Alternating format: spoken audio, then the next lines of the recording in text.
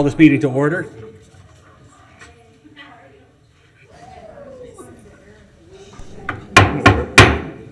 There you go.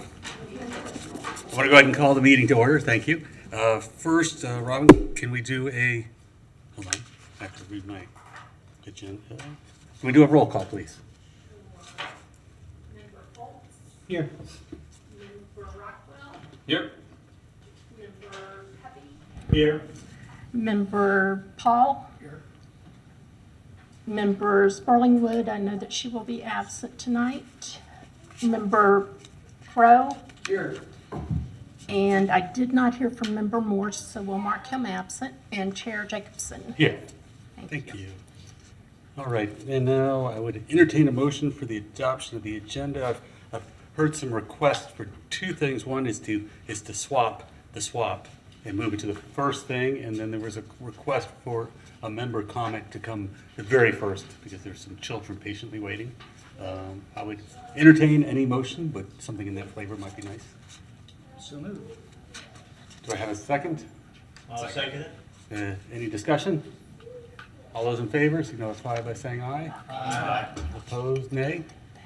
Unanimous. Thank you. Approval of the minutes. Make a motion to approve the minutes. Second. Any discussion? All those in favor? Aye. Opposed, nay. Unanimous. State of the utility. So, Mr. Chair, I'm gonna we have a heavy agenda, so I'm gonna send out the quarterly report that we have after this meeting to everybody, and we can address at the next meeting. So that'll be kind of the state of the utility, so we can keep kind of going through the items. Okay, appreciate that. Are there any burning questions any members have on the state of the utility? Okay. Yes. I have one. The difficulty they're having with the security of that North Carolina, have we been faced with any threats like that? I'm just asking. I don't know if you want to talk about it offline or not, but. No, Mr. Chair, I can address very briefly. So if, for those that aren't aware, in North Carolina, there was an attack on some of their substations where with the intent to knock out power to many, many customers. So we do have facilities that are distributed like that. There are substations that we have. We have numerous things we do to make sure they're secure. They're fenced facilities. We also have security rounds that go around those. We coordinate with our local law enforcement, GPD, as well as Alachua County, to where when they're in their areas that substations exist, they know where they are, and they do routes around those areas as well. And then in addition to just general fencing, there's other security measures that we have around those. And so, yes, they are a concern. Everything is always a concern that is in the public, but we have a lot of things, best practices that we implore to really make sure that those are safe and secure. And we are ramping those up at this point right now, simply just because of this just occurred. And sometimes, you have copycat type of activities. Yes, so thank you for bringing that up. All right, thank you. Well, let's move on to citizen comment. Good question. If you can state your name, please. My name is Angela Castillo.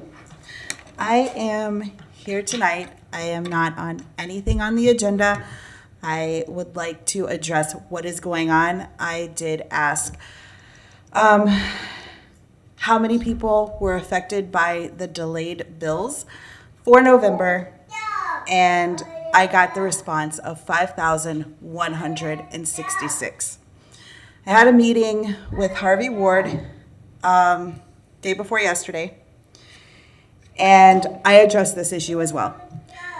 He told me, and I cannot say it verbatim, but essentially he said people are not getting their bills on time, and this is happening, or the way it was explained to him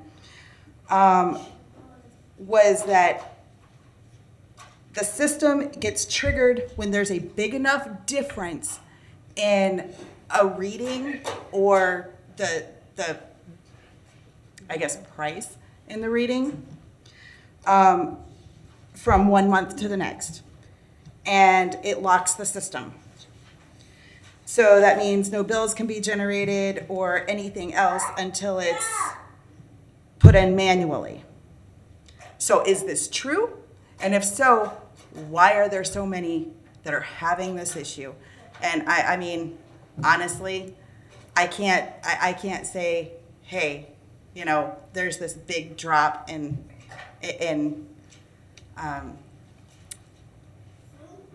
using the utilities right now, because I've used just as much as I've always, and I've gotten my bill, but there's other people that are using just as much and they haven't gotten theirs. So that's my question, and that's what I wanted to address tonight. Okay, thank you. Tony, would you like to respond to that? Obviously, this is a very important thing for our customers, and that we are billing properly. We're getting those bills out in a timely manner. Over the course of the last several months, we have had a couple of challenges. The primary one that sort of starts the whole progression is meter readers. So people out in the field physically reading meters. We've had a challenge of keeping meter readers and getting those meters read. And so we've employed a lot of different strategies to try to keep them employed and get them out there reading. And some of them have been successful and some of them haven't been as successful. And so when that happens, we do what's called an estimated read, which essentially you're trying to look at previous year or previous month's usage, give an estimate of what the power or water usage is, and then bill on that 1 month. And then the following month, we ensure we get an actual read at that location, and then it gets trued up because it's looking at the total use over those 2 months. This isn't an uncommon practice, but it's something we don't normally do because we typically have the number of meter readers we need.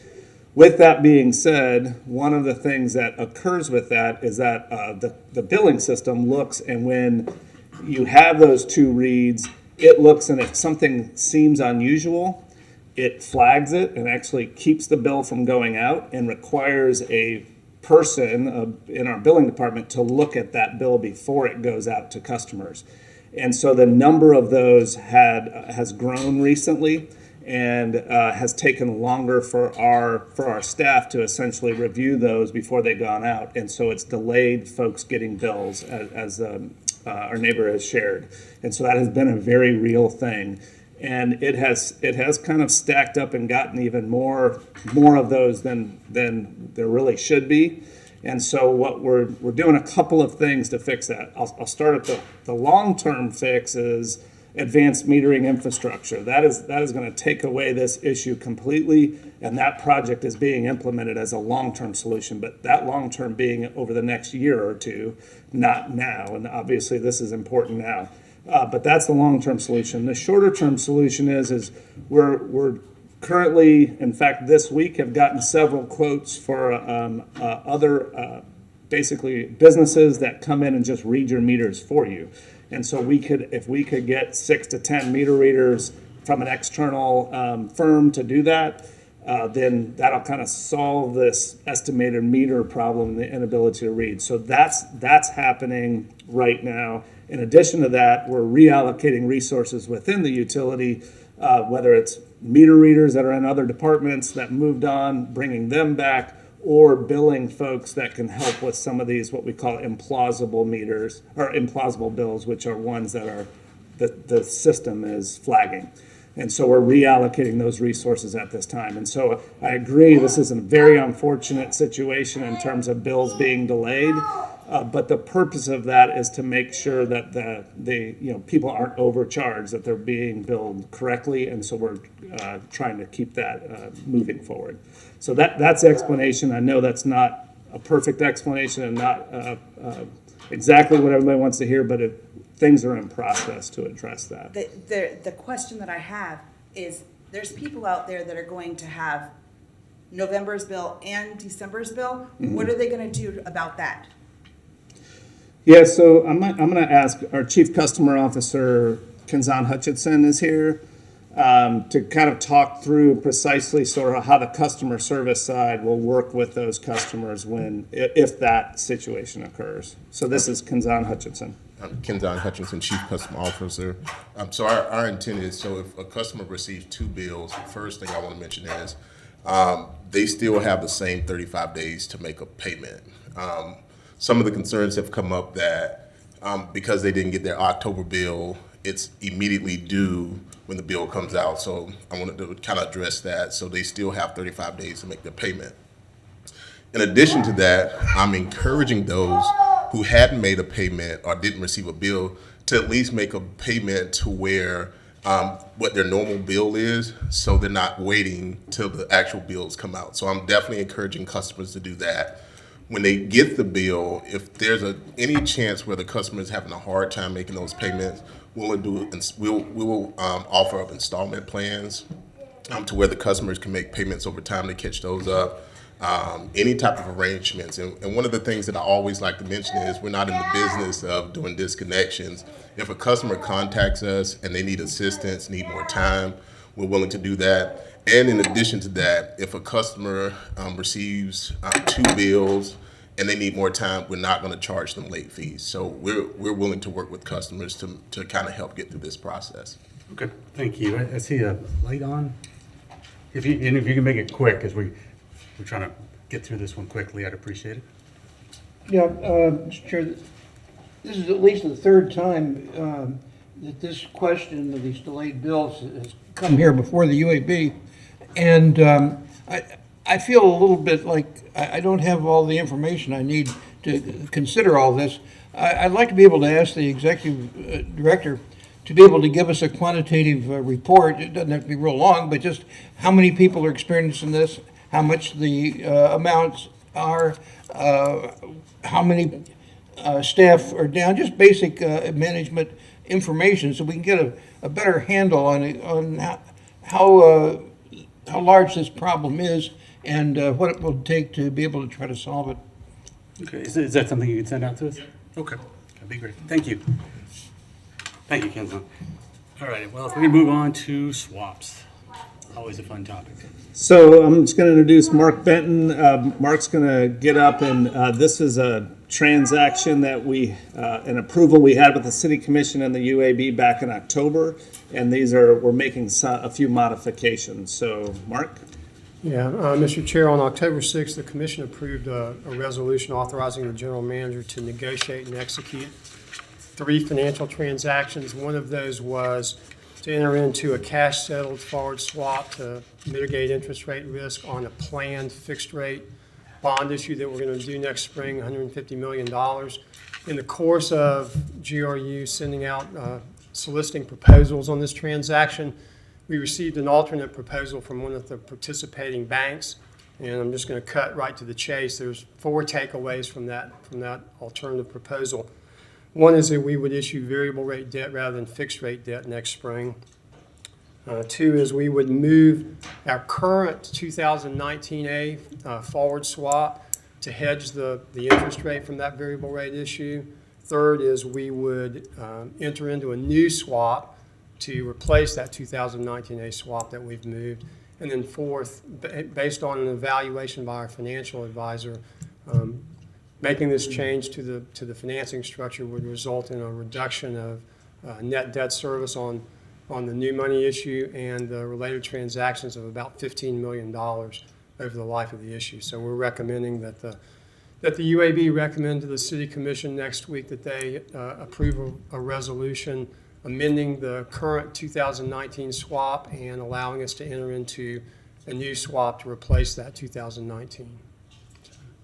Thank you. And just quick clarification. So you said do you have to go back out to the market to see what this new alternative? No, we've been out to the market. We've received proposals. The proposal that we received from this particular bank was far superior to the ones that we received. Like I said, it's a reduction of about $15 million over the structure that we were looking at before, over the life of the issue. And any downsides to this change? Well, I mean, it's going to entail us, like I said, we'll move one swap to support the new money issue. When you issue variable rate debt rather than fixed rate debt, there's always some ancillary risk that goes along with that. The swap that we're moving over will hedge that risk considerably. You always have counterparty risk when you enter into a new swap, but we work very hard to negotiate the parameters of those swaps to our favor. So we believe that we will take steps to accommodate the incremental risk that's associated. Any questions from the comments from the board? The last time you appeared before the UAB on the swap business, you were talking about some very substantial dollar savings for the utility, but you haven't mentioned that tonight. Can you comment on that?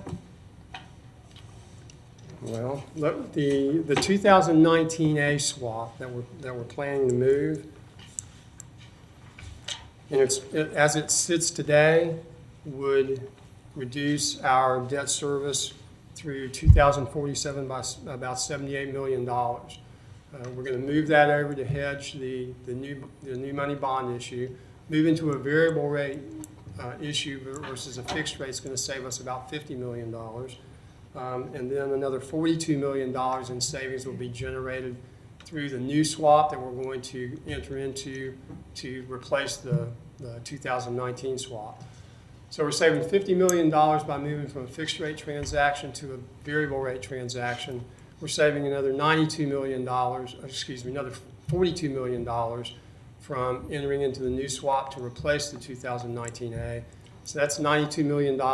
You back out the $78 million in savings that we already have from the current 2019A swap, and that leaves you with the $15 million in net savings. That's real money. I think so. Yes. I was just wondering, what type of time frame is $15 million savings? It's spread over the life of the bond issue, Life which of is the about bond. 30 years.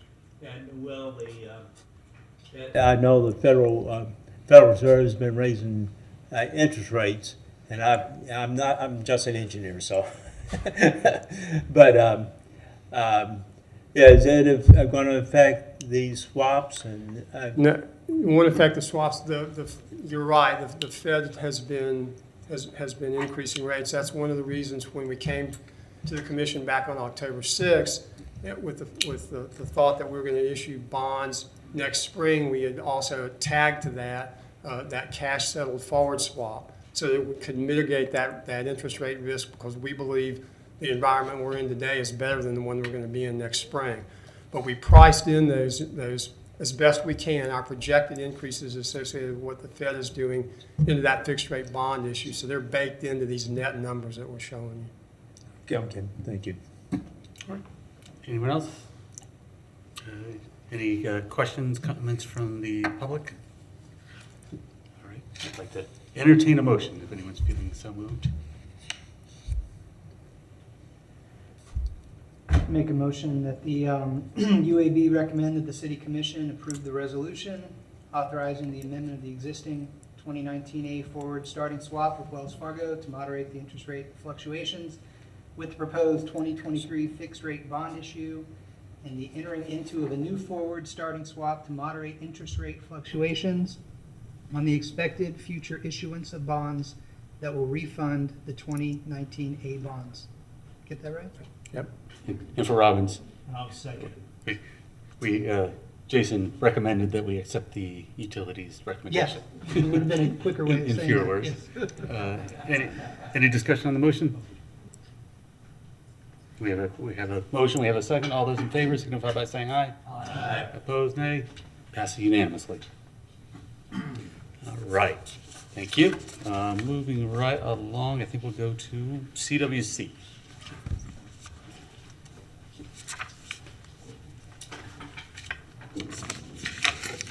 So we had, per the direction, Mr. Chair, per the direction from the UAB at the previous meeting, we had reached out to CWC for them to come and give a presentation on a lot of the work they do and our partnership, GRU's partnership with them. And then our staff is going to kind of dovetail with that after that to talk a little bit about the energy surveys and the LEEP program that, kind of our, how we partner to help our community together in those different roles. So take it away. And before you start, I have to leave at 6 to get to a graduation. So if I leave in the middle, no offense to CWC. Okay, yeah, I have another commitment as well, so we'll be quick. Thanks very much for inviting us to talk to you for a few minutes about our work. My name's Mary Ann Schmink. I'm the advisory board president and a founding volunteer for the CWC. The CWC was founded in 2008. We have had a partnership with GRU from the very beginning. GRU supported us to put our coalition together and put our program involving volunteers to help people learn how to save energy in their homes. And we've been continuing to do that in, with over 1,400 homes since 2008.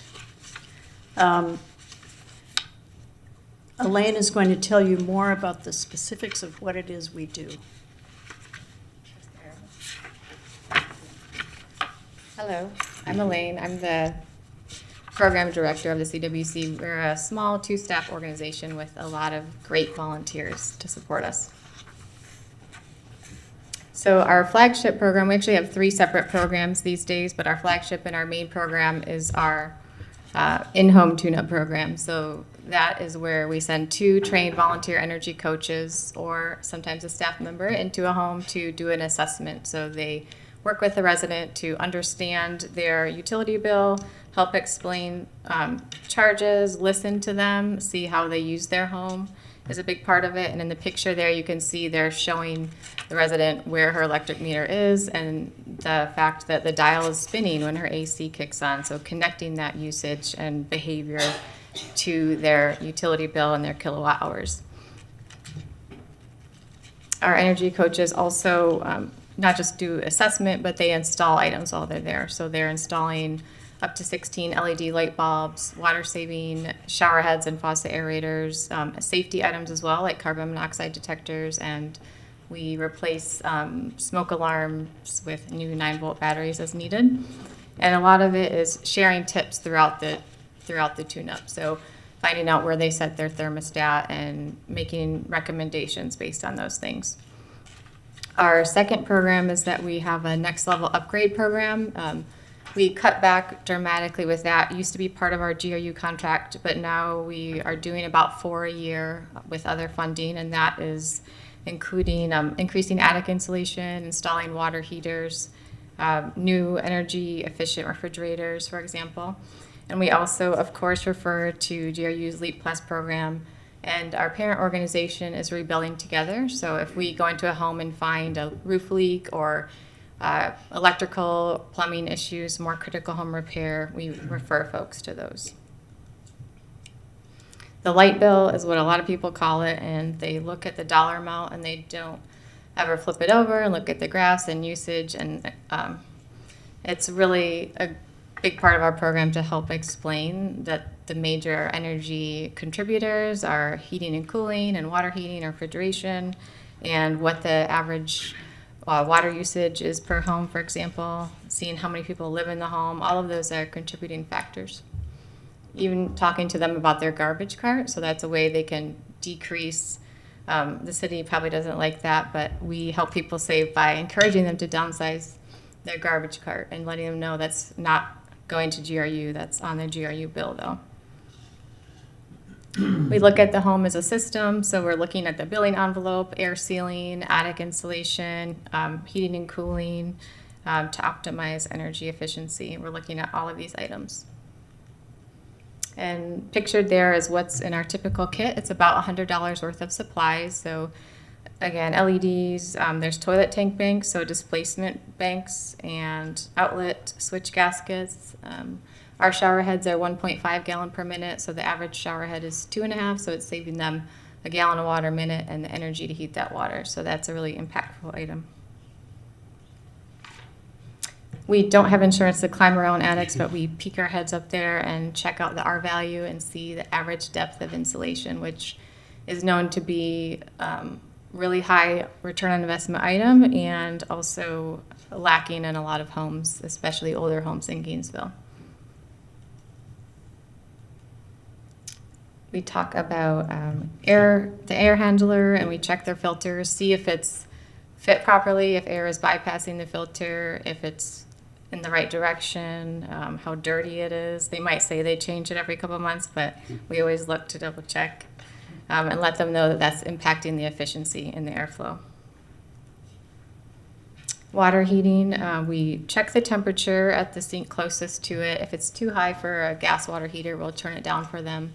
We'll insulate the hot water heater pipes and check for other signs. Refrigeration is the next biggest energy user, so we look at the gaskets, we check the temperature.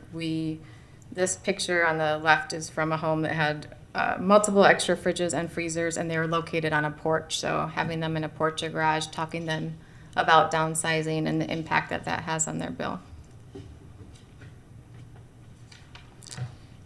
And we clean coils. We encourage the residents to get involved as much as they can or are able. So this resident jumped right down there to see what Angie was talking about and help her clean the coils. And then our third program is inspired by or as a result of COVID. In summer of 2020, we developed a DIY program. So we check out kits with almost all of those same items in them for people to try it on their own. And we consult with them on the phone. We also have kits at 2 libraries now, Waldo and Cone Park Library in East Gainesville. And our volunteers, like Marianne, have developed over that course of when COVID first hit, they started to create videos, script and edit, and film YouTube tutorial videos to help support the DIY program, which have been really helpful in our volunteer training as well. And Marianne is going to talk about the impact. Okay, so we've served over 1,500 households altogether, or over 1,400, trained hundreds of volunteer coaches. We do 2 trainings a year, and hundreds of thousands of dollars in utility bills, millions of kilowatt hours of energy, and tens of millions of gallons of water saved by this small volunteer group. We know this is true because we partnered with University of Florida's Program for Resource Efficient Communities to carry out a rigorous study of homes that we audited from 2010 to 2016. And they used GRU utility data for those homes as well as county property appraiser data about the homes. And what they found was that 1 year after our tune-ups, households saved an average of 9% of their water use, over 6,000 gallons. They saved an average of 10.6% in energy, and about $255 on average per home, which varies a lot from one home to the next. And we also found that 3 to 5 years later, they were saving even more, which we attribute to the educational emphasis of our surveys. We spend a lot of time talking with people, and they're able to do more things over time. That same analysis found in the greater Duval neighborhood specifically an even higher level of savings, $313 on average per year after our tune-ups. And so if you multiply by the 103 homes we did, we saved approximately over $30,000 each year in Duval community alone.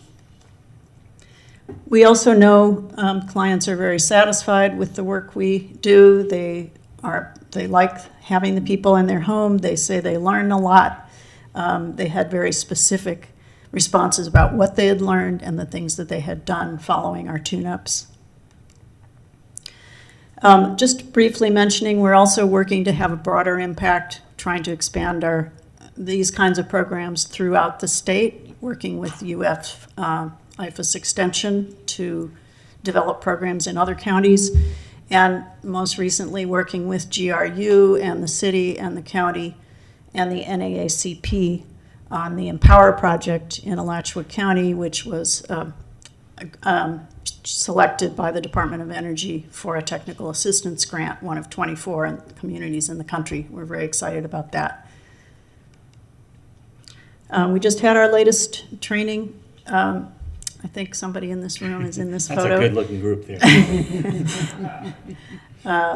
And so we're very pleased to say that having recovered from COVID, we are well positioned to continue our partnership with GRU and GCRA and the county. We just signed an agreement with the county to do a large new weatherization expansion program with rental units in the county.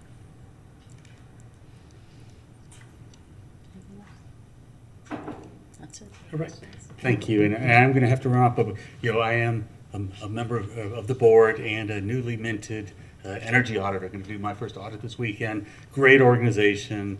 One of the reasons I support CWC, and I know Jason's been a long-time supporter, is it gets out in the community, helps people, especially people in rental homes. A lot of people don't realize these. You go in a rental home, and I've done this, where they're $500-$600 bills, and they feel like there's nothing I can do. And this is a group that gets in there and has a lot of impact. And when you talk about the reductions, you're talking about on average between saving 1 and 2 months of bills a year. I mean, that's tremendous. Tremendous savings and putting control back for people. So with that, if any of you have questions, I am going to turn the gavel over to Jason. Leave you in good hands. Any questions for our guests from the CWC? Go ahead, Fletch. Yeah, I've got a couple of questions. In the first presentation, you talked about staff, and you talked about items that certainly cost money. What kind of funding do you have, and where does it come from? How much is it?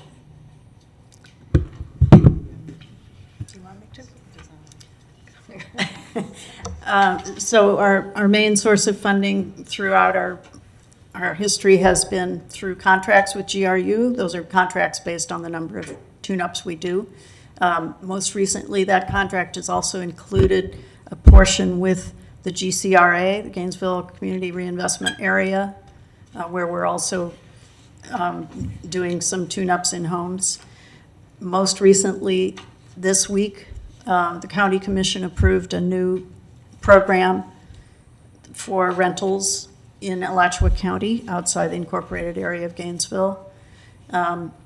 Those are the three main sources of funding. We have had funding from University of Florida at one time, but that is no longer happening. And then the rest, we do fundraising. We have a couple of foundation grants. We have a recent grant from Clay Electric Co-op to work with some of their customers. And the corollary with that is, what about large capital outlays? You talk about refrigerators or heating systems or something. Obviously, you're not really buying people new refrigerators. How do you handle large capital investments like that?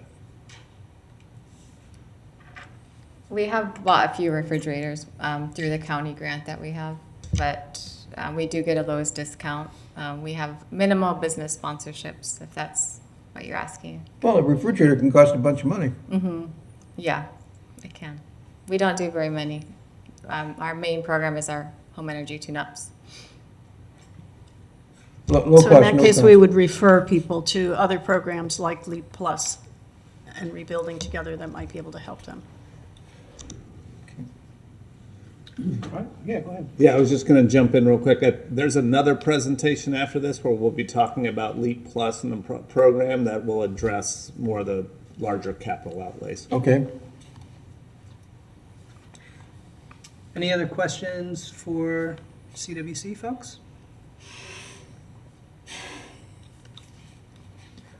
Well, thank you for what you do, and thank you for being here. Thank you. Appreciate it. All right, next item on our agenda is as Tony mentioned, the residential surveys and LEEPPlus process, and talking a little bit about home energy scores as well. So,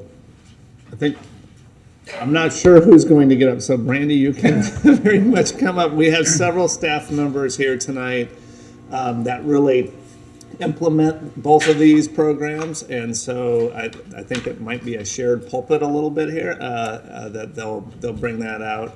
And I did want to say, I might be stealing some of their thunder. We got additional funding through ARPA and through some of the federal funding to really ramp this program up, and I just want to really appreciate the staff in accommodating that ramp up in a very short period of time, of really getting more people in our community to apply.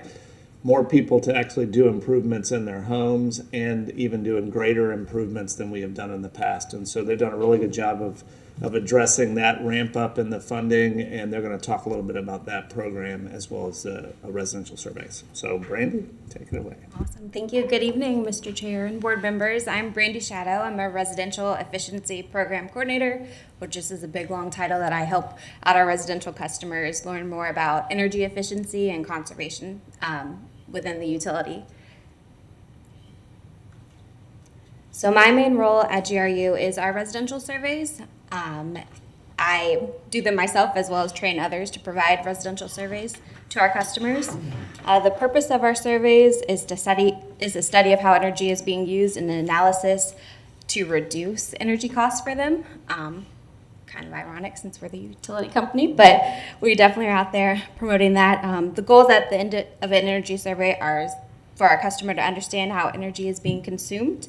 It clearly identifies the types and cost of energy use. A lot of times when we go into homes, people don't know which appliances are ran on, potentially gas or electric, so we help educate them on what's using what, and we identify more cost-effective ways to use that energy. I'm kind of piggybacking on CWC because our surveys are very similar to their tune-ups. We just don't have as much of a hands-on approach. We don't mess with anything.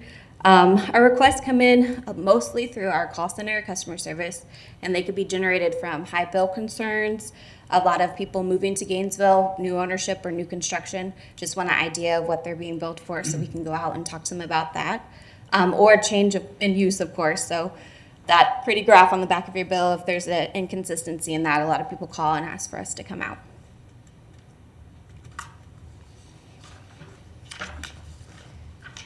All right, and during our surveys, we start the survey on the outside of the house and of course check our field meters that are outside. This is super vital right now with the lack of meter readers. We're able to assist there as well in finding misreads and things like that. We also check out the HVAC, the heating, ventilation, and air conditioning, which is your number one user in your home. So that's kind of our main start, both the condenser outside and the air handler inside. We check out the lighting systems, structural properties, but that's more so where leakage could happen. So holes in windows, holes in roofs, things of that nature we kind of take a look at. We also check out your water usage, irrigation patterns, pools, anything that could, toilet leaks, anything that could cause any crazy water usage on your utility bill. Appliances throughout the entire home, including your kitchen, are super important. We promote not pouring those fats, oil, and greases down the drain, and have different tips and tricks for our neighbors to use to not do that. Yeah, so energy surveys, before we even make it out into the field, we take a look at their consumption history, their billing history, any patterns we can find historically in our utility system, as well as conversations the customers already had with customer service or any of our other reps to kind of figure out what's going on before we even get our hands out there. All right, and that's what we do for home surveys. Scott's going to come up and talk a little bit more about LEEP. Mr. Chair and board members, so my name is Scott Downey. I'm the coordinator for LEEPPlus and work very closely with Brandy with the residential energy surveys. And so those surveys oftentimes lead into customers applying for LEEPPlus. The main goal of that is to lower energy costs. So increase energy efficiency, give customers the tools that they need to get better control over their energy usage. And as our general manager pointed out, ARPA funding has really increased what how many homes we're able to touch and what we're able to accomplish at each of those homes. Let's see if this works. Am I pointing this at the right? There we go. So this slide here points out, if the green part of the slide there points out some of the improvements that have been made. This took place in the spring of this year. There's roughly a 40% increase in the allowable income limit for people to qualify for LEEPPlus. That has really increased the number of people that are able to enjoy the benefits of this program. The primary goal, obviously, is to make their home more energy efficient. That's what we're trying to accomplish, number one. And by doing that, it's not just homeowners. ARPA funding has also allowed us to open this up to rental properties as well. So that's something that's pointed out here on the graph as well. Other improvements, this used to be a one and done. A person could only do it once. Now they can go through it every 10 years. So those make some real life changes for our customers. The secondary goal of the LEEPPlus program is to improve the quality of life for our customers. If they have more energy, they've got new air conditioning, their house is tighter, more comfortable, their quality of life goes up. And as well as their health and safety of the home. We go into homes oftentimes and it's an unsafe situation. They haven't had their furnace serviced in 15, 20 years. And so it's well past due to get replaced. And so we're able to address those types of needs in the home. And we look at it as a system. It's not just one thing. We're not just trying to look at put on a Band-Aid solution. We want to address all of the things that we can. So our inspections are very similar to residential surveys in that we're looking at the condition of the house in general. The roof, are there water leaks in the house that could be causing a problem? What's the level of attic insulation? The heating, the cooling, the water heater. How many refrigerators are they operating? The refrigerator is the number 3 energy user in a home. If you have one, that's not so bad. But we walk into homes and they'll have 3, 4, 5 refrigerators or freezers running through their home. So part of this is educating our customers so that they understand. We're not there to tell them to change their habits, but help them understand what's behind their energy usage.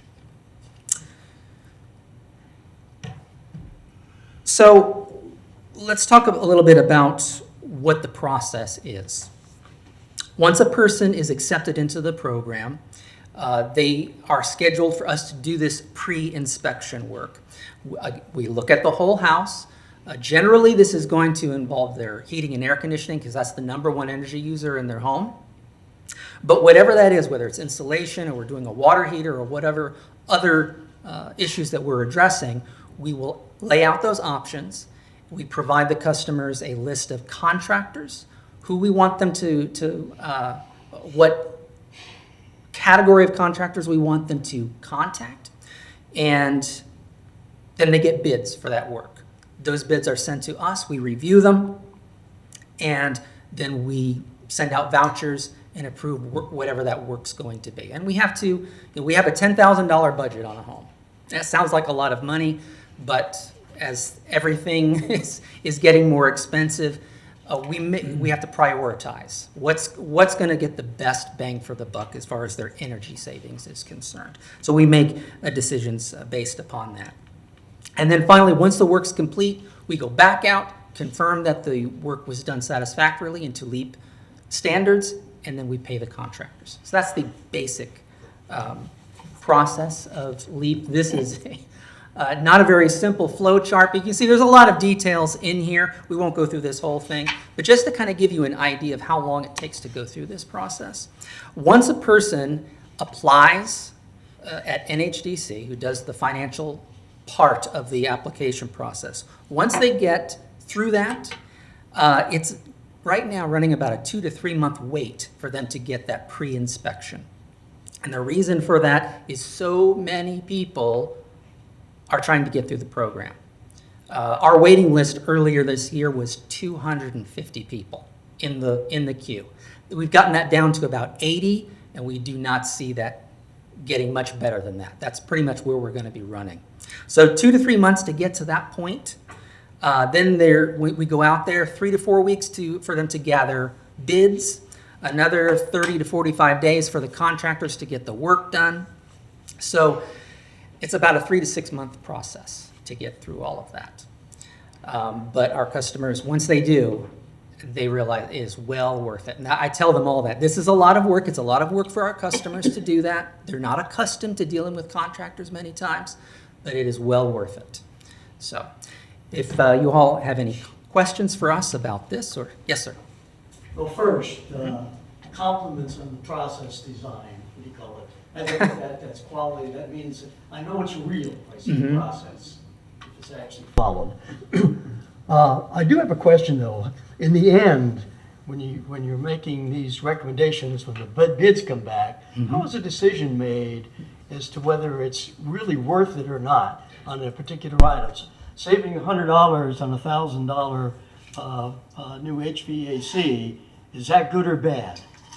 You may drive the cost of the electricity by 100, but if you're paying 1,000, is that a good financial decision? How do you make that decision? Well, when we do that pre-inspection, we are examining the condition of all of the equipment. The air conditioning, for example, if we go in and the lifespan on an air conditioning system is roughly 12 to 15 years at the outside. We commonly go in and it's 30 years old. The fact that it's running at all is miraculous. So any upgrade is going to save energy at that point. And the other side of that is LEEP customers, they're not in a position to lay out $10,000 to replace their air conditioning and to add, replace their water heater, and that's what they're facing. So by taking that out of the equation, they're able to then benefit from lower energy costs, lower utility bills, without the pain point of making those improvements themselves. I hope that answered your question.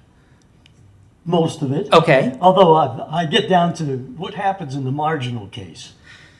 Then we have So to. you're looking at it and you say, do I really want to spend $1,000 to save $100? Yes, yes. And so we do somebody's have, got to make that hard decision. that is true. That is true. And there are cases where we look at it and we say, the water heater it's older, but it's really in good operating condition. And we have we take pictures of everything. And so we're able to, that's not on our priority list. Let's focus on adding insulation or whatever the case may be. So we do make those distinctions. Other folks have questions or comments? I have a few. Yes. So what do you do in the situation where you come into a home that has other critical home repair needs? Like say a leaky roof or something like that? Yes. So in a case like that, an active roof leak, we tap the brakes. We're not going to install, a new $8,000 air conditioning system in a home where that could be ruined.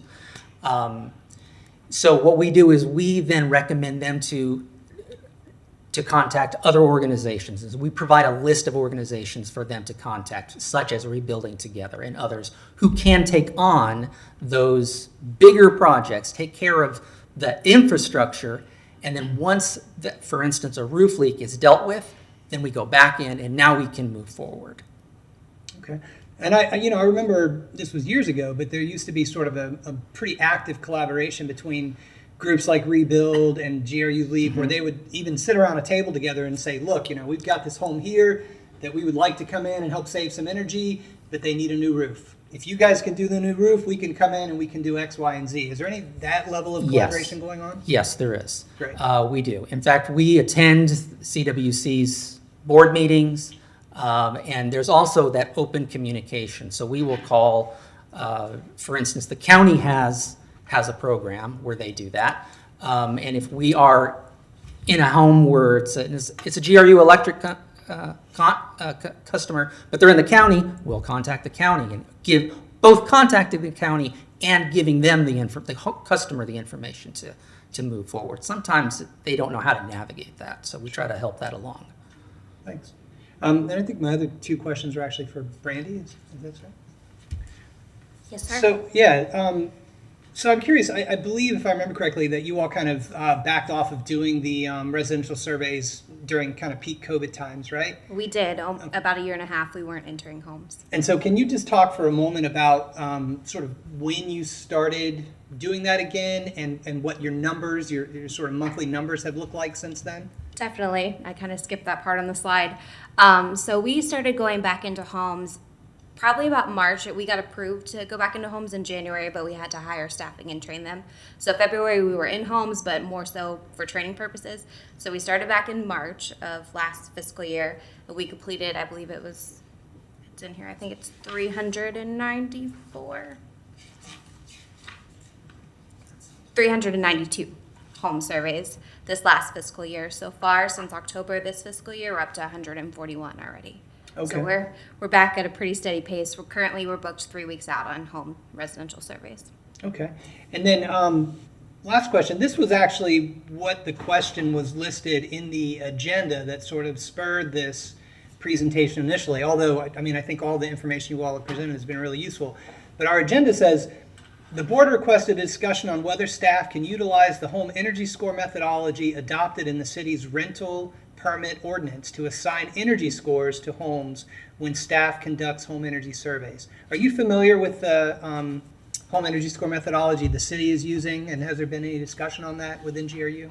I'm becoming more and more familiar with the home scoring and the process behind that. I do believe it's something we could take on, but not as how we currently stand. We would definitely need more resources to keep that up and running with the amount of surveys and LEEP customers we have currently. But we do have staff that probably could potentially take that on and train others to do the home scoring. I know there's certifications and other things that you have to have before you can do that. So it's just a matter of getting the resources for it. Well, I mean, if I could just, ask the general manager if there's going to be any forward conversation on this, because, when you look at the value that home energy score provides and the number of inspections that the city is going to be doing through the rental process, paired with the number of inspections that GRU is already doing, is going to be doing moving forward, that potentially provides a really valuable data set that we as a community could benefit from tremendously, to be able to look and say, all right, this is the state of our housing stock, and know it really well, and know what needs to be done, and know where we can get the most bang for our buck with investments like, these ARPA dollars that come into the community. Yes, Mr. Chair, I know Kenzan Hutchinson is here as well. We have started to have, as part of evaluating this presentation, to have that conversation of what it would mean. And I think, as Brandy alluded to, part of the challenge is a resource constraint. If you're doing that scoring and that surveying in that manner, it takes extra time and resources to get there.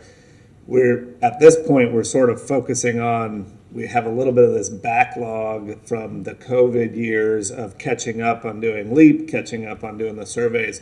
As we get into that, we want to keep considering it. It's just hard to commit at this time doing that and not focusing on the backlog of energy surveys and LEEP, if that makes sense. So we're continuing to try to evaluate what is that effort and how much additional time does it take someone that's in a home to complete all the energy score while they're evaluating and doing the survey. And so I don't know if, Kenzan, you want to add any more to that discussion? So as the general manager mentioned, definitely resources. And the other part that I wanted to mention as well is, so we work with general government side of the house with information to help with customers as well. So as we don't necessarily have that all in-house now, we do partner with that group to kind of assist customers where we can. Good deal.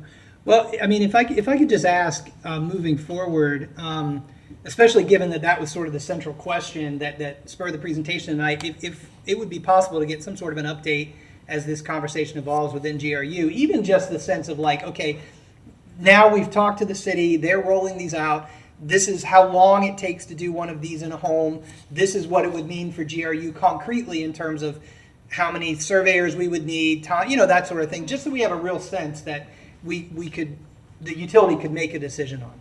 Because again, from a personal perspective, I think it's very valuable, but I think, obviously utility would have to evaluate whether it was worth that sort of investment, but we don't know until we know what sort of investment that would entail.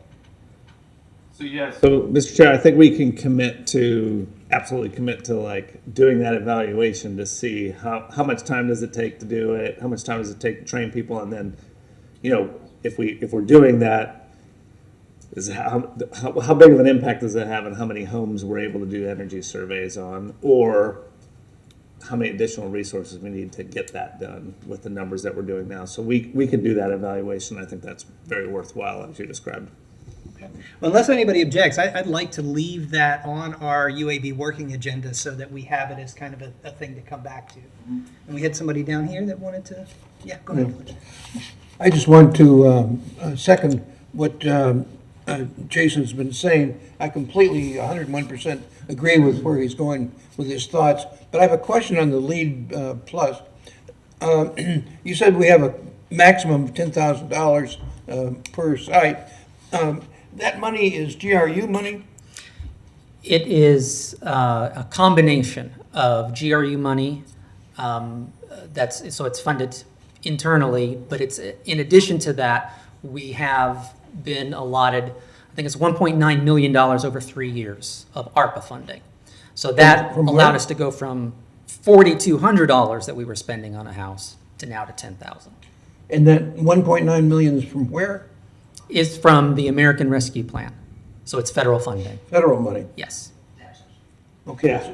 But to just go with what Jason was saying, if the UAB wanted to talk about extending the program and expanding it, making it more all-encompassing, we would need to be able to talk about cost implications. And if federal funding is maxed out, then obviously the funding would have to come from GRU sources or something else. So that becomes a critical part of our thinking over time. And also, I can see it getting really worked into the IRP this year as we work on that. Thank you. Anybody else? Any other questions or comments for folks on this item? All right. This is really incredibly valuable work that you all do. I really appreciate y'all coming and talking to us about it tonight, so thank you. Next item on our agenda is the PSA for Community Engagement Consulting Services. So, Mr. Chair, members, I know we've had a lot of discussions about our integrated resource plan, and we are excited about the step that we're at right now. The step we are at now, Eric Walters, our Chief Sustainability Officer, is going to give us an overview of the IRP that you guys are very familiar with, but then focus on the piece that's the public engagement piece, where we are developing a plan to really get out in the community and engage the community in this discussion and setting priorities for our future power generation. So with that, I'm going to turn it over to Eric and have him do an overview. I do just want to let you know this is an item, we went through a competitive process to select a firm, and he's going to talk about that. But we went to the City Commission on December 1st with this item, and they approved it. Because of the timing of the meetings and the holiday season, we went to them first, and so I just want to give you that update, but Eric will go over it tonight. Thank you, Tony. Chair members, Eric Walters, Chief Sustainability Officer for GRU. And as the General Manager stated, I'm going to go through kind of an update of the IRB process, where we are, where we're going, and then talk about the community engagement portion of that effort.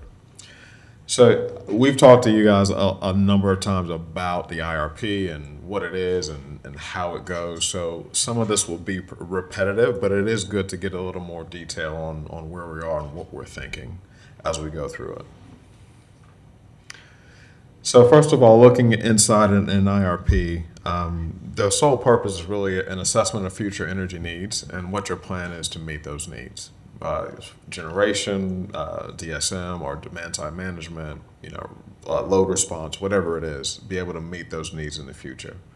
It's a very long-term look, so you're looking at 20 years or beyond, and it really is a roadmap for making decisions.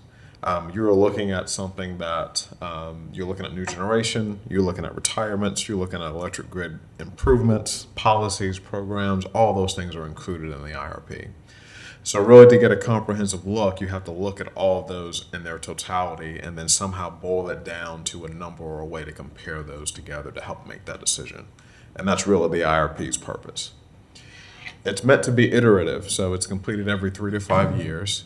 And that, a couple of reasons for that. Number one, it's not a quick process. It's not something that you push a button and walk away and you come back the next day and it's done, right? There's a lot of inputs, a lot of constraints that have to be verified, data that has to be updated and verified. So the technical portion typically takes about 4 to 6 months to really get through that, get good inputs and get good outputs from that process. But it also allows you to reflect changes in technology, reflect changes in cost, customer needs, community needs, all those things. There's a lot of exciting things that are happening on the energy front. And in the next decade, I believe there's going to be a tectonic shift in how we source our energy and how we supply energy to our customers. The thing is, all those, not all of them, a lot of them are just in that beginning phase where they're figuring out and working out the kinks, right? And so what we don't want to do is this to be an aspirational IRP. We want to really base it on things that are commercially available, that are vetted, the kinks have been worked out. We don't want to be on the bleeding edge and taking that brunt of R&D. We want to be close followers once all those things have been vetted. So going at an interval allows us to do that. We may not capture it in this IRP, but the next one, anything that's developed and come to market will be included in that one. So that's how we catch up with that. And it is considered to be an industry best practice. Utilities, as you know, are very capital-intensive businesses. You're making decisions with millions and millions of dollars for 20 to 30 years at a time. And so you want to make sure that the capital that you expend, especially in today's market, is going in a direction where you want it to go and where you ultimately want it to lead up. So those are some of the factors that go into an IRP. Now, boiling that down to GRU more specifically, there's a few things that obviously apply to us that may apply to other utilities, but more specifically to GRU and where we are in our situation. The first is obviously 2045 and the net zero greenhouse emissions rule or goal. And so this IRP is going to help us tremendously in looking at what that roadmap looks like. And I take the opportunity to caution folks every time that roadmap is not a straight line, right? It is a general direction to get there. And as we do these IRPs and as we, every 3 to 5 years, update them, it may look like a little zigzag going back and forth, but the goal is to get to that end place of net zero by 2045. We have rate concerns. I don't have to explain what those are, right? The second highest utility in the state, there's obviously some sensitivity around rates, so those must be factored in. We're looking at an aging generation fleet. That does two things. You're looking at ongoing maintenance for those generation units and those fleets, right? It's basically the difference, as if I can use an analogy of driving a 2-year-old car versus a 20-year-old car, right? As that car ages, more things start to break in more frequency. And then you have the concern of, well, can I even find parts to replace if something breaks? And you get into the same thing with generation fleets. You get to a point where some parts are obsolete, you can't find them. It increases your maintenance costs because things wear out as they get older, and that presents a challenge. That also is a direct impact to reliability. How do we keep those units running and running reliably in that state? We're looking at industry transformations, as I mentioned before, tectonic shift in how we supply power to our customers. We've got to maintain reliability. We've got to maintain our financial stability. And of course, we cannot overlook regulatory compliance in this whole discussion. So those are all factors and or constraints in what goes into the IRP for us. And again, it's a long-term need to drive long-term decisions from this output. So that's our goal. We're getting to the point where we can no longer not make a decision. Not making a decision is a decision, and we can't afford that. So we have to start putting some things in place, making some decisions to help us reach that 2045 goal. And we're hoping this IRP gives us a much more clear direction on how to do that. So there are a few milestones that we go through. First off, defining goals and priorities, take into account some of the considerations that we talked about on the previous slide. You're looking at forecasts and future demands. I know doing forecasting, modeling, as soon as you write down a forecast, it's wrong, right? Because things change, they shift, knowingly and unknowingly. But we do have to make sure that we get the best forecast that we can and optimize that to the best of our knowledge of what we know today. Next is developing and evaluating alternatives to meet any demands. Also selecting alternatives to meet those goals. And again, all of this involves very significant technical analysis to do that. So what are our challenges and opportunities? And there's challenges and opportunities with almost every one of these. But obviously the first is renewable energy. Tremendous opportunity there. When you're talking about net zero, when you're talking about reducing your carbon footprint and your impact on the environment. Lots of wonderful options coming to the market, either on the market or just about to come to the market to help us with that. We look at distributed energy and rooftop solar. Again, tremendous opportunity, but also there's also some other constraints that we have to do and look at on the regulatory side of how do we balance that and make sure our system stays safe and reliable. Looking at batteries, both utility scale and customer size, Tesla Powerwalls going into the garages. There's some out there now, but we're getting some inquiries from more and more customers about putting them in to their homes, or even companies coming and putting them into customers' homes. What kind of impact is that going to have on us? Electric vehicles. Electric vehicles are expected to explode over the next 10 to 15 years. Not only in the volume that are sold and connected to the grid, but also the amount of power that's consumed from them. It's a tremendous, as my kids would say, ginormous revenue opportunity to come from that, right? But it also produces challenges. Is the grid ready for it? What investments do we have to make in the grid to make sure that we're ready for it? And then there's that forecast. We all know that EVs are coming, but when?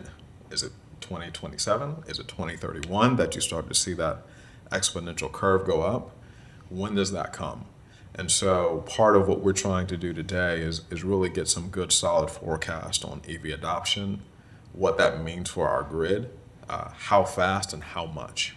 So there's tremendous opportunities in now electric vehicles, but also tremendous challenges as well. Just trying to forecast their impact and when those impacts occur. We've talked a little bit about AMI already. Lots of opportunity there for us. Everyone has lived through the increase in conventional fuel cost and the volatility that's associated with that. So that's something that we have to try and quantify and make sure that we get captured as best we can. There's also new potential funding opportunities. Grants are a tremendous opportunity to get money to help offset the cost of things that you were going to do anyway, right? And also opens up the opportunity to do more or additional things that maybe you weren't considering doing, but will work nicely to increase the resiliency of your system, to increase renewable percentages, all of those things. So tremendous opportunity there for grants. I like to call it a once-in-a-generation opportunity that we have before us right now. But there's also tremendous challenges in that as well, because, well, how do you decipher all of those regulations and requirements, and how do you track and make sure that that money does flow through? What is available and what is not? What applies to you and what does not?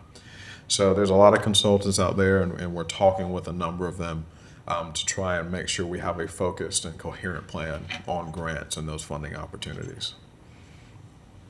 And the last is stakeholder buy-in. A tremendous opportunity because as stakeholders are bought in, they're ready to go once the plan comes out. The hard part is getting them bought in, making sure everyone understands what's going on and what are the implications of those decisions. And we'll talk a little bit about how we want to do that later. So for us, we talked about the technical analysis, and we'll really focus this time on the community engagement.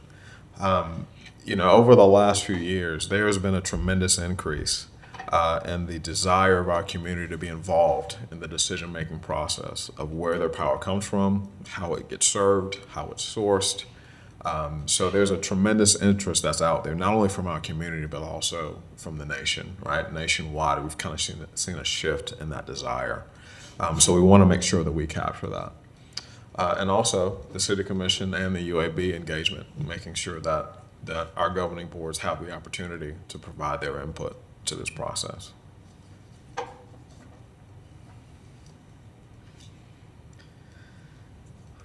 A little bit about technical analysis. We're going to use the Energy Authority, or TEA, to complete the technical analysis based on some of the goals and priorities that we've discussed already. And they'll help us establish inputs from the community, the commission, and the UAB as well. So again, this is complex computer modeling, and not to sound like it's showy and make people nervous about it, but it's not something you can go on the internet and download and just run on your computer. There's a lot that goes into it to make sure that the outputs mean something and that they actually have an impact. So as for TEA, GRU is a member owner of TEA, which is a nonprofit, and they're based in Jacksonville. As a result of being a member owner, there is no additional cost for the IRP technical analysis for us. It is already included in the fees and the support that we provide TEA as well. So that's a huge financial benefit. There are many estimates about what a technical IRP cost, and the most recent we've heard is anywhere from $500,000 to $1 million to complete that technical analysis. So having TEA be able to have that expertise, but also have us be able to take advantage of that without having to pay an additional fee is a tremendous benefit for us. So TEA has also produced IRPs for many other utilities, including our previous one that we've discussed before.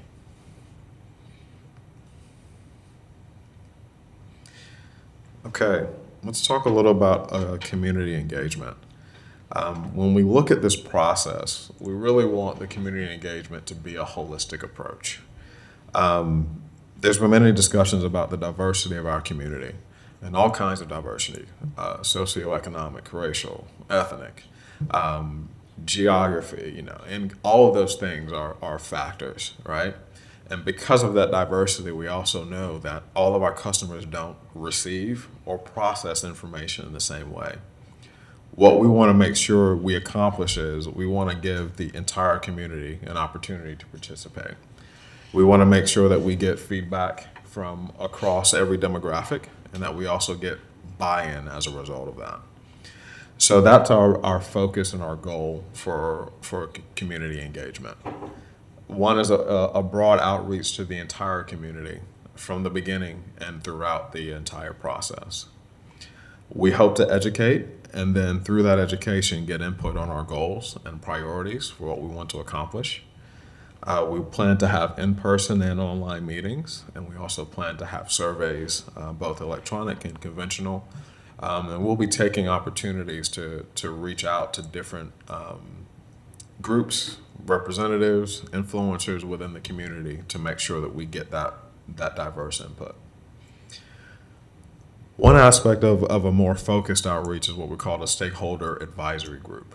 And I'll go into a little bit more detail about that later. But we want to dig in a little more, and that's what that advisory group allows us to do. We also will obviously have periodic updates to the UAB and the City Commission.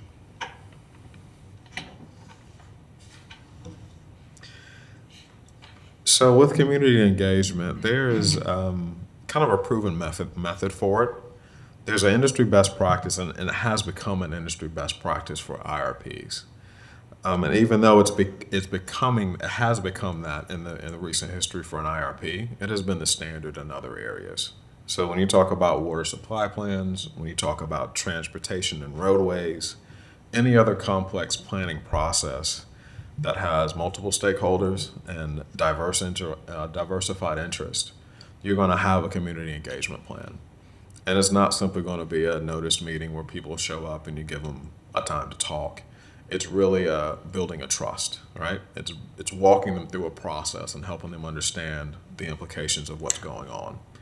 And that's the kind of engagement that we want to have, is people with diversified interest that are multiple, that are stakeholders in the process for different reasons, all coming to the table to make sure that we have that engagement.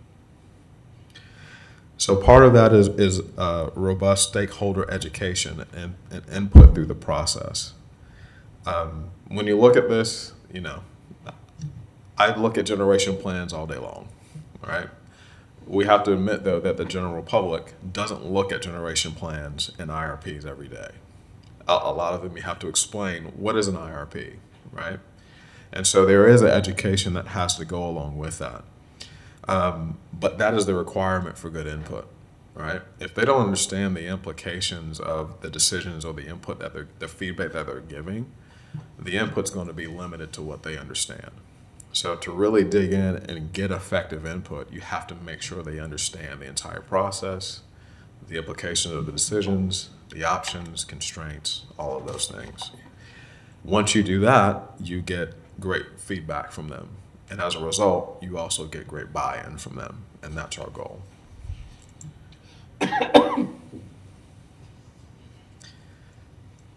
So when you look at those goals, that's where the idea of this advisory group comes in.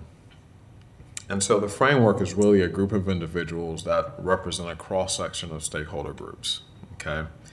The idea is that you get them together on a regular basis. We're thinking every other month at least, for about 2 hours at a time. And you go through the IRP at different stages of the process. The constraints, the evaluations, the different iterations of outputs, all of those things. And they get really an in-depth presentation of all of those things. You facilitate that discussion and that input, and along the way, you're really building. You're building trust, you're building a foundation for understanding and education, you're building a foundation for them to be able to process and give you feedback. And so as a result of that, you get that discussion and that input into the process. And all those presentation materials obviously are not, private. They're posted on the website so that everyone in the community that wants to see them will be able to. So it's not a hidden agenda there. But because this is an ongoing thing, because we are building, because we are looking for very specific input from them, we also have to have a few requirements for them, right? So some of those functions will be a commitment. It is a process that works and it requires an in-depth exchange. We want to give them the information to help them understand it, and we want their input and feedback as a result of that. So you need time to do that. So throughout this process, we'll be asking them to attend meetings regularly throughout this process. We'll be asking them to follow rules of engagement and provide meaningful input. So you don't get a free lunch and show up and just be quiet, right? We're expecting that there is some processing and some feedback that goes along.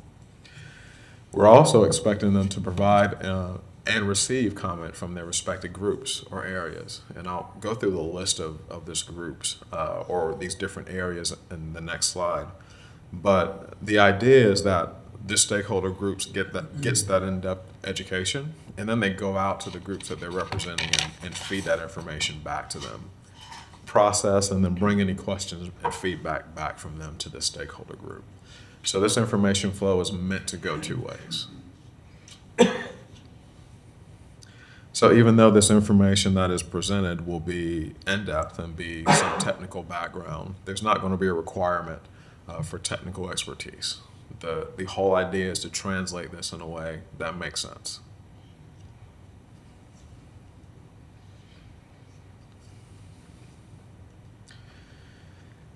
So, looking at some of the makeup of the advisory group, we're really looking for diverse perspectives on this, right? So we're looking for representatives from each one of these different groups. Number one, obviously, is environmental. Looking at community and interest groups that are associated with it. We want representation from businesses. We want input from low-income residents as well. Those in the environmental justice space, we want them to have input into this process. We want industry. We don't have a lot of large industry in Gainesville, but we do have some, and we want their representation as well. Church and faith-based community groups, local government, and also large power customers and education is not on this list, but intended to be included. And the idea is that GRU services all of those folks. They service all of those demographics. So they should be included and have an opportunity to be in the process. The whole idea is to make sure that whatever input comes back actually has an effect on the output. And I'll get into a little bit how that works in a minute. So because of all those things that we've talked about before, when we started going through this process, it became clear to us that we needed someone to help us do that. But there's inevitably a question that is on everybody's mind. Why do we need a public engagement consultant? And if I'm being honest with you, I had the same question when I first started this process. Why do we need that? We've got community engagement folks. We've got a whole department. We've got a communication department. Let's get all of us together with the technical folks. Let's come up with a plan and let's go execute it. But the more and more I thought about it, when you look at engagement, it's not just publicly noticing meetings and getting people to come and give us your comments. It's really a process of building trust. It's a process that takes time. It takes make sure you have an understanding of what's going on. And it's not just something you wake up and do and just move on from it. It really is specialized work.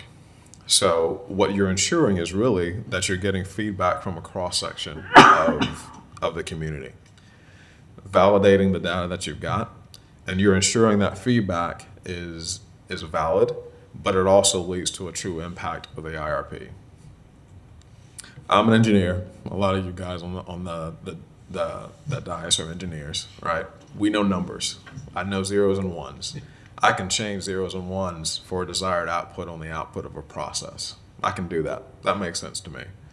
But how do I take a comment from, I'm going to use a term, my Auntie Zola. How do I take a comment from her in the community and translate that into a viable output or option for an IRP? I don't do that every day. I don't know what that looks like. How do I know and how do I translate that correctly? And that's part of what I started to see as we went through this process. If we really want engagement and if we really want feedback, we have to have a meaningful way to make sure that that feedback actually gives you alternatives and outputs in a very technical process. That's really, when you boil it down, that's what this consultant is doing for us. It's helping us get to that point. It's something that we don't do every day, right? Pushing information is different than engagement. Building trust is different than sending emails. And so this third firm will actually help us do that, help us build the trust, help us ensure we're getting a feedback from everyone, and helping us ensure that that feedback actually translates into a different output or a change in the process that we have. So this is the first time that we've completed an IRP with the community engagement, and so there's a translation that goes there that we're unfamiliar with, that this third party is very familiar with. It has another benefit also, that it helps us with potential or perceived biases from GRU and staff. I've heard, in no uncertain terms, that it doesn't matter what we say. GRU is going to do what they're going to do and make us pay the bill, right? I've heard variations of that over my career, and that's not what we want. That's not trust. That translates into a mistrust of what we're doing, and we want to make sure that the community is brought along and that they have input into this process. It's also become an industry best practice, as I stated before. And was it previously a best practice? As of 10 years ago, I would have told you no. No way. Not necessary. It's too technical. Don't need that. But we've also talked about a nation and a community that's more invested and has a higher desire than ever to know and understand where their power comes from and the implications of that. And so that's something that we want to make sure that we get right. So I would even argue 10 years ago, folks almost didn't care where their power came from. As long as you flipped the switch and the light came on, I'm good, right? Well, that paradigm has shifted, and that thought process is gone. And so we have to adapt, and we have to understand what the community needs, what they want, and help translate that into this technical process. So when we started talking about other people in the community, JEA, OUC, and the City of Tallahassee both have all either completed recently or are almost about to complete IRPs. And they've all used a third-party community engagement consultant. And the feedback from those firms were, it was invaluable. It was something that we needed that we almost didn't know we needed. It was a very valuable process to be able to tie what we needed and get that feedback and that buy-in from the community and those constituents that are most affected by that. And as I said, the result of those endeavors was an IRP with more input and more community buy-in in the end. So what are the primary roles here of a consultant? Number one, assist in developing that outreach plan. How do we get to people? What are the means and the methods that we use to do that? We have a diverse community. I can do and almost run my entire life off of my cell phone. Everyone else is not at that place. I have access to a computer, multiple computers throughout my day. There are many people in our community that don't have access to that. How do I make sure that their voice is heard? So those are some of the things and the challenges that this third party will help us overcome. They'll help us develop educational materials, and again, that's translation of a very technical subject to non-technical customers. Assisting in outreach, we will be heavily involved in that outreach. We're not hiring them to go out and do this for us and come back with something. We are going out with them. We're actively developing a plan with them. We're actively critiquing that plan, and we're actively participating in the relaying of all of that information. This third party will also lead our stakeholder advisory group process that we've talked about. They will interact with and translate information between the technical team and the stakeholder advisory group. And this proposed consultant also has significant technical expertise and IRP experience, which will help us along the way. So the technical representative from this third party has a history of doing IRPs for other utilities.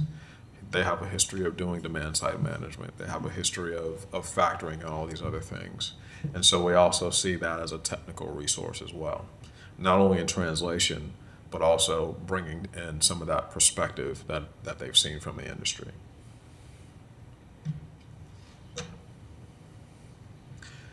So let's talk a little bit about how we got here.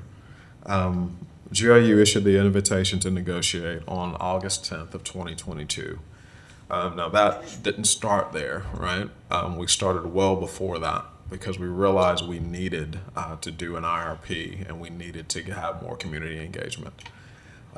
When Tony became interim GM in January, we were very close behind him a couple of weeks after getting that role, sitting down and saying, hey, Tony, we need your buy-in for this. We need to do it this way. Here's the process and here's why to begin this process. And so as we went through that, it ultimately led to a scoping, a lot of discussion, a lot of thought into how do we do this, and ultimately issued that ITN in August of this year. So the ITN process described the IRP and community engagement experience and also outlined their proposed approaches and approximate cost. So the final scope and cost were negotiated as part of that final contract. Ultimately, we opened it up, as we do with everything, to the nation. Whoever wants to see it and is available to participate can. That's local vendors, that's statewide vendors, that's national.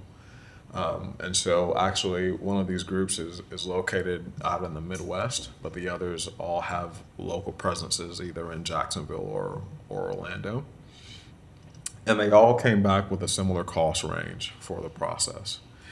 So going back to my days as an engineer and managing capital projects, and if I write a scope and I send it out there and my pricing is all over the place, that tells me one of a couple of things.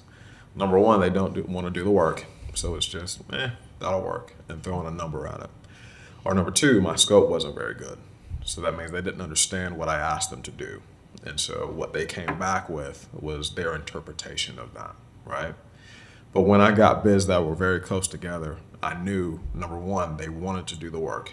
And number two, they understood what I was asking them to do. And so this, again, is a confirmation of that. I believe these three firms knew what we asked them to do and came ready to do it.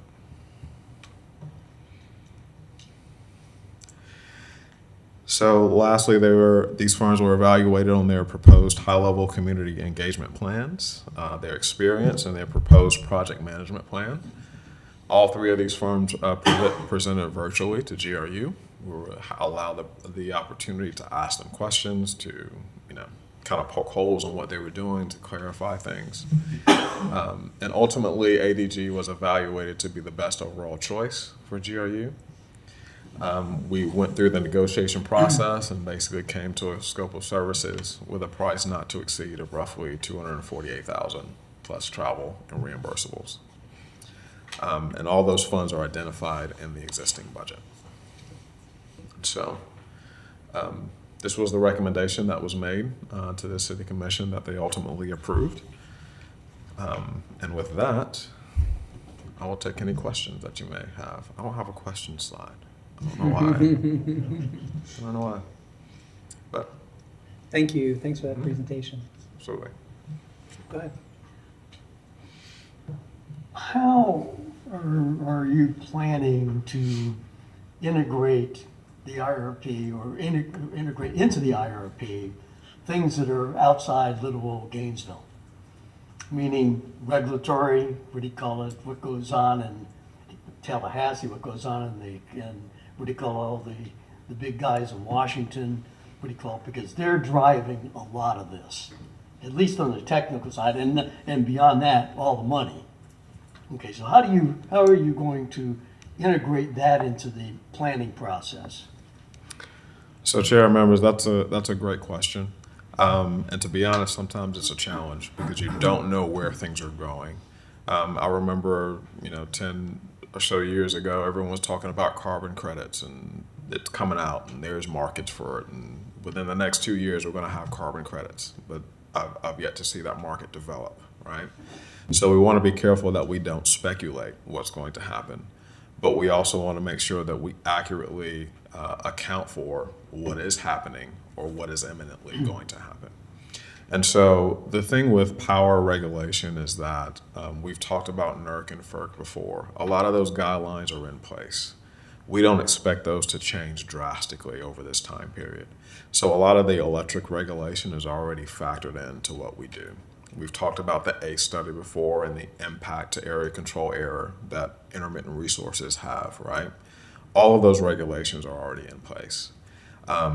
Now, there are some different timelines on how much renewable energy and timeframes and who's pushing and all that stuff. We don't have a definite lockdown on what that is. We know we have a 2045 resolution, and that's what we're driving for. The idea is that if our regulations change drastically over some time period, that we will capture those changes as we go through this iterative process. So the short answer is the best we know without speculating will be incorporated into the IRP through existing regulations. If there's something that's imminent that we know is coming, then we'll make an attempt to factor that in. But ultimately, it'll get caught on the next iteration if that's something that does materialize. I know, being part of the balancing authority, that you deal with some of the other utilities in the state. Some of those utilities have whole staffs of people that sit in Washington or sit over there in Tallahassee. Do you deal with them? Can you grab information from them on what they think is coming down this path? So I would suggest that would be a resource that you might want to check. So, Chair, Commissioners, we do have contacts with other utilities. We know what they're asking for. We know some of the discussions that are going on. We do have some legal and legislative consultants that we use that are constantly feeding us information about what's being discussed in chambers, what's the things that are being talked about, right? And so we are utilizing every channel that we have available to us to try and anticipate what's happening. And so yes, very good suggestion, very good idea. And we are having those conversations with other utilities. I'll just add on to what Eric shared. In addition to that, we're involved in a lot of industry groups like FMEA, FMPA, APPA, where those types of discussions, we have folks on their boards and are in those regular discussions of what's changing in the industry. T is actually being a member of the Energy Authority. They're involved with a lot of utilities across the entire nation and they're an advisor to us as well. So it's really important as the landscape changes that we're staying up with what those changes are, and those organizations and those agencies that we're a part of really help us do that. And then finally, I would just say we have a federal and a state lobbyist that's part of the city of Gainesville that are also engaged in these topics and assist as well. Other folks, questions, comments? I got one question, and I know this probably isn't really realistic, but what if hypothetically a QED Design Group LLC fails miserably and community hates the IRP? Things are just worse. You still got to pay them. Chair members, I think the short answer is yes. And now if there's gross neglect and they don't meet the terms of their contract, then no, there is an out for that. And that's very clear in the terms and conditions. But honestly, this has been a proven process that we've seen work multiple times before. And the feedback from a very similar process in all those other cities has been a good result. So, we talked a little bit about processes and outcomes before. Following that same process and that same mindset that has given good results before, the best indicator of future performance is past performance, right? So if I've got a process that I think works, I don't see a reason why it won't replicate itself here. Obviously, our community is a little different. It's not Orlando, it's not Jacksonville, right? But that's where our local community engagement, they are on the team to select this group, and also will be on the final scoping and development plan and community engagement plan. So the communications department, community engagement will be heavily involved in developing that plan. So they'll take an overall proven process from these other places. We'll add our local input into it, and I'm very confident we'll be successful in that. Yeah, Scott, I don't know if I call you Scott, Eric, the one thing I would add, and this is kind of reiterating what Eric just said, but we have community relations folks, we have communication folks that have been engaged in this process, and when you hire a partner like this, sometimes it's, hey, here's a scope, go run with it, and sometimes it's integrated and you're working together. This is more of that integrated model. We are going to be very engaged with them as we engage with the community, providing input and feedback and really working together through that process. And so obviously nothing's 100% guaranteed, but we really see that as what's going to help make this a successful project. Was there a timeline, what do you call it, that you had in here? $250,000 isn't a lot of money for this kind of an engagement, at least for, how many consultants can you put out there really to do something like that? So is there a timeline you have in mind? Yeah, Chair, members, there is a 1-year timeline. We expect to really get started in January of 23. We actually just executed the contract today, so we'll have a couple of meetings next week with the consultant, and we'll start fleshing out that plan with the goal of starting in January to start rolling it out and actually doing some engagement. We look to start that technical piece somewhere in probably March, April timeframe. We're really shoring up some more of the constraints. We want some of that community engagement to come back to help fold in that process. But we do expect it to be about a 1-year process. So sometime this time next year, we expect those results to get back. And I want to comment on the cost for that, right? This is, even though, $240,000 or $250,000 may seem like a lot to some, what we're getting for that is really a framework. This stakeholder advisory group is going to be a model that we can use for other big decisions that we use in the utility. for other community engagement processes that we need. So it's not like a one and done. We're really gaining ongoing information and knowledge from that. Other questions, comments, feedback? Sounds like a good plan. I look forward to seeing the results. Yeah, so appreciate it. We don't need an action from this group because we did go to the commission beforehand, but we are anticipating this group being very engaged in this process, and I know you all are excited about that as well. So look forward to this really being the kickoff of both the public engagement side, and then we're going to start getting into the technical as well. So thanks. Eric, I just one quick thing that I hope will come out of this process. This 2045 goal, especially given the significant turnover in our city commission that's happening very soon, I think it would be very useful to get some clarity on the extent to which that 2045 goal is a mandate versus an aspiration, and to be able to say that up front in our IRP. And I just say that because, I mean, I feel like I've heard numerous times this idea of it being sort of a mandate and the effect that that has on our credit rating and other things. And so if that makes sense as part of this process, I think it would be very wise to get some clarification from our incoming city commission on where they're at with that. I'm going to echo what he had to say. Yeah, the APPA, I believe, is their goal is 2050, and trying to line us up with 2050 might be a lot better for us across the board. If we're going, and I'm just that's all I'll say. Thank you.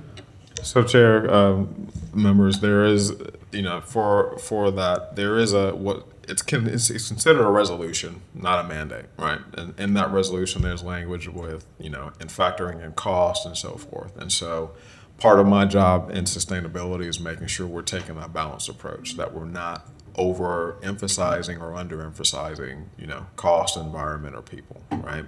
And so our goal is to get there with a balanced approach. I know it's talked about a lot as a mandate. I see it as a resolution, as a goal. And if we get there by 2047, okay, then we've made a lot of progress, right? It's not something that we fall off the edge of a cliff if we don't hit 2045. But as a resolution, it is something that we are actively working towards. Great, thank you. Thanks for the presentation. Thanks for all your work on this. Thank you. All right, next, and I believe last item on the agenda is proposed amendment to withdraw the existing pump station rebate as defined in City Ordinance 27-102. Does that not sound exciting? I mean, I'm glad we saved it for last.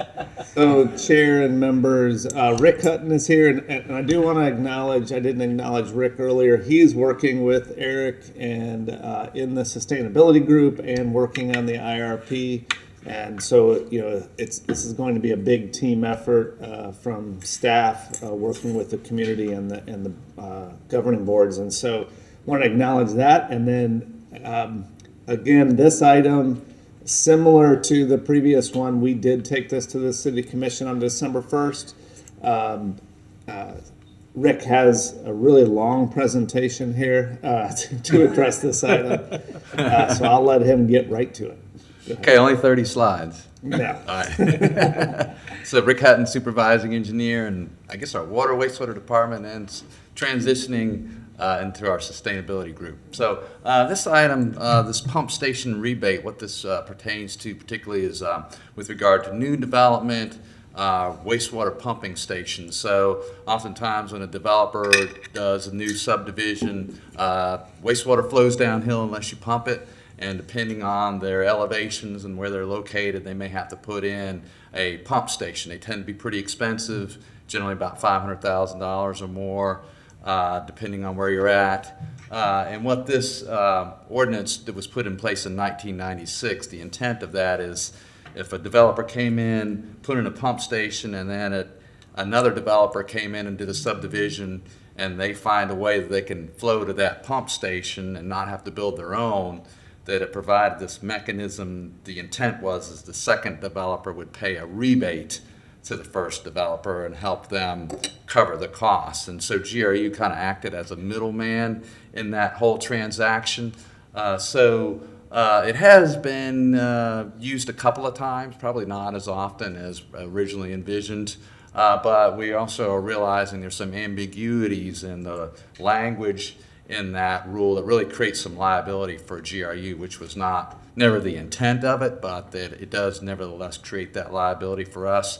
So that's why we asked the City Commission to withdraw that provision from the ordinances. Our intent is to go back and review that, determine, well, do we want to bring it back or not? Does it make sense to bring it back? And propose to re-add it back in. If we do add it back in, though, we would need to do some wording revisions just to make sure that it's not going to be a liability for us that we would end up having to, pay money, because that was not the intent for GRU customers to pay money related to this. So that was the intent of this item. It was on the City Commission's consent agenda, which they passed. So that is my only slide, so I'll take any questions. Yeah, so, I mean, there's some ambiguity in the language in this slide. I guess GRU is acting as a negotiator. What compelled the subsequent developers to cough up money? I mean, the ordinance or? The ordinance. The ordinance, but there was nothing, I mean, because this all came about because of a lawsuit, right? By a developer who didn't get his rebate. Am I correct? There is some impending litigation, and since it's impending, I'm not. You can't talk about it. But the rule is not intended for us to be liable for paying money, but this situation is a concern in that regard. Right.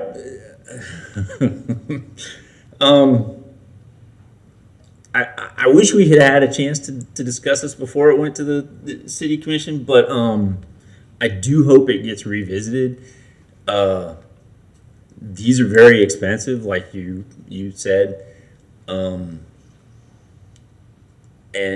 from my experience, I kind of sit on both sides of the fence. I believe in, there's a cost of doing business, but I also see the point of if somebody's making a profit and using a resource that somebody else spent a lot of money to build. Because really the only alternative is to make all future pump stations private and just make it a private transaction between private developers. So anyway, I don't want to. I hope it gets revisited and something can get worked out. I mean, I don't want to make it too complicated, but analysis can be done. You can kind of tell what the surrounding area is gonna, if they're gonna need or not. So anyway, that's my only comment. I hope GRU continues to look at this. Yeah, so I'll just comment on that. We're removing it right now because we need to make sure any language in that ordinance is good and protective of everyone, of the City of Gainesville, GRU. We are also communicating with the development community through the North Central Florida Builders Association and having the conversation about potentially bringing it back. I mean, this has been in place for over 25 years. Again, we want to just make sure everything is accurate before we continue that. But we are absolutely evaluating and discussing with the development community the need for this as we go forward. And I'll just follow on that. I mean, I actually also was kind of, I appreciate the brevity of the presentation, but the sort of ambiguous language there about the ordinance has some ambiguities and creates potential financial risk and liability to GRU. I mean, without having to go too much into the weeds, can you just elaborate a little bit more by what is meant by that? What are some of these ambiguities or Financial So- risk and liability? Without, I don't have the language to sort of dissect it and probably wouldn't be productive to do that here, but as we discussed, the intent never was GRU would pay money. It was more like we're kind of the middleman that brokers that, well, developer A came in, developer B comes in, developer B pays, and then that money goes to developer A. There's some ambiguities in the language such that it might be that we have to pay. Or at least that's what some people Interpretation, might yeah. interpret, I, not being a lawyer, would not have interpreted that way, but also I'm thinking from the perspective of what the intent is. But, there's some concern about, well, is GRU liable for paying for that? And so I think that's kind of the issue. Okay. I would, and I'm not. I hope I'm not out of line, but I would just spitballing. I would suggest if it's a GRU owned and maintained lift station, charging connection fee, and then giving that money back to the developer A. That's the first idea that comes to mind. But I don't know. You guys know more about this than I do. So. Okay. We do charge a connection fee, regardless. But there's Right. The intent of that rebate fee is really that in addition to the routine connection fees, that's the second developer helps contribute to the cost of that original pump station. Right. So that original cost, it should be prorated based on some analysis of future expectations of connection. I think this is something that needs to be continued to be evaluated. And You're going to get pushback. Well, we talk quite a bit with Builders Association North Central Florida. We're going to continue to engage with them and talk about how how we could bring that back, or what elements will we need to modify in that. All right. Thank you. All right. Oh, yep, go ahead. Is there any other utility that is faced, or any other cities that have faced the same situations, and whether or not what are they doing? I used to be a city council for a smaller city, and I don't believe we had an ordinance that say you had to pay. There were no situation where an ordinance like this was in it. But, we, like I said, it was a small city, 20,000, 22,000. But and we might not be faced with a situation. That's a good question. And I don't know that we've talked a benchmark with a lot of other utilities and what they do. I know it's not universal that utilities have this type of rebate type thing. It was something that GRU did back in 1996, really at the request of developers. So I don't think it's. I don't know if there are other utilities that have something like this, but certainly not every utility has a rebate program. Maybe you could, if you find out that somebody else is doing it, see what It's a good idea. if they're running into any problems. That's a good idea. With that. So. Yeah, very good idea. Yep, go ahead, Fudge. Has the development industry gone on record on one way or the other on this activity? Well, we've primarily talked with the Builders Association, which it really represents that group. I mean, in general, they don't like it going away, because it generally is a benefit to a developer to be able to feel like they're, able to get a rebate. One comment I guess I would make is, if a developer's doing a project, you're building a lift station, you're probably calculating your finances, not assuming you're going to get a rebate from that lift station, because you don't know when or what's going to develop next to you. But nevertheless, I think the reason why that was put in place is that there was kind of some concerns that developers had about equity, about, well, hey, I'm developer A, I go in and spend all this money to do this, and then my competitor comes and buys land next door to me and builds their subdivision and uses my lift station, and I had to pay for that lift station, and he or she doesn't. So in general, they see this as a benefit. I don't think every developer necessarily utilizes this program or benefits from it, but the ones that, do, at least in talking to the engineers that do a lot of work for them, they generally like to have this type of program in case they want to use it. So is it all over but the shouting? I mean, UAB, if we take a stand one way or the other, it really doesn't mean anything, right? Because it's already gone before the commission, right? So the decision was to pull it out of the ordinance for now because of that concern we have about liability. What's still under discussion is, do we bring it back? And if we bring it back, I think the intent would still be the same, but there would be some changes in the language that our lawyers would have to help us with to make sure that when it comes back, it would not be a liability for GRU. So what are you asking UAB to do? I don't think that this is informational, right? We're not being asked for anything. That's just informational at this point. But we appreciate the Yeah. conversation and discussion, and like I said, we're also talking with the Builders Association, and what I'm hearing from you all as a board is definitely consider the idea of changing that language and bringing it back. Not, hey, we've already taken the action to remove the ordinance, but what I'm hearing from UAB is you want us to strongly consider changing the language and bringing it back, and so that's a good message that we can walk away with. Well, it's 7:28, so I got a little short story. If anybody has Netflix on, there's a Netflix that you can click on. It's called Pepsi, Where's My Jet Plane? And I don't know if you've seen that yet or not, but it turns out that a while back, Pepsi had a contest, and if you had 7 million Pepsi cans, they'd give you a Harrier jet plane, to fly around at several times the speed of sound. And guy turned in his 7 million Pepsi cans, and Pepsi didn't give him a jet plane. So he sued. So I think we were in something similar here. But I like the story.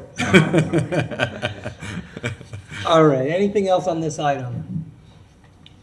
All right, well, thank you, Rick, for bringing it. Thank you very much. Telling us about it. That brings us to public comment. All right, hearing no public comment. Do we have any member comment tonight? I'll just say I'm going to be out of town the last 2 weeks of December. I don't think there are any meetings scheduled, but I just want to make you aware I'm traveling for the holidays. So. I'll also be out of town for about a couple of weeks. I believe our next meeting is scheduled for January 12th, right? Yes. Okay. And I'll just share, we did have a workshop scheduled for the 27th, and Chair Jacobson agreed to just cancel that, so we don't have anything else. Any other member comment tonight? I had one, at our last meeting that I recall, you were going to be bringing before the commission, you were thinking about bringing before the commission at their December meeting about the natural gas rebate discussion. Yep. And did that happen, or? So yeah, Mr. Chair, that has not happened. We actually had some back and forth with Chair Jacobson. He had some questions. We met with him. And I believe it's right now, there's still one outstanding, some information from us to provide to Chair Jacobson. He was going to summarize, so we were waiting for that to occur to take it to the City Commission. So that should be coming up at a future meeting in January. A future UAB meeting or a future? No, future okay. City Commission Okay, meeting. gotcha, thank you. All right, well, unless there's any other member comment, our next meeting date is January 12th. And thanks, everybody. I'll adjourn the meeting.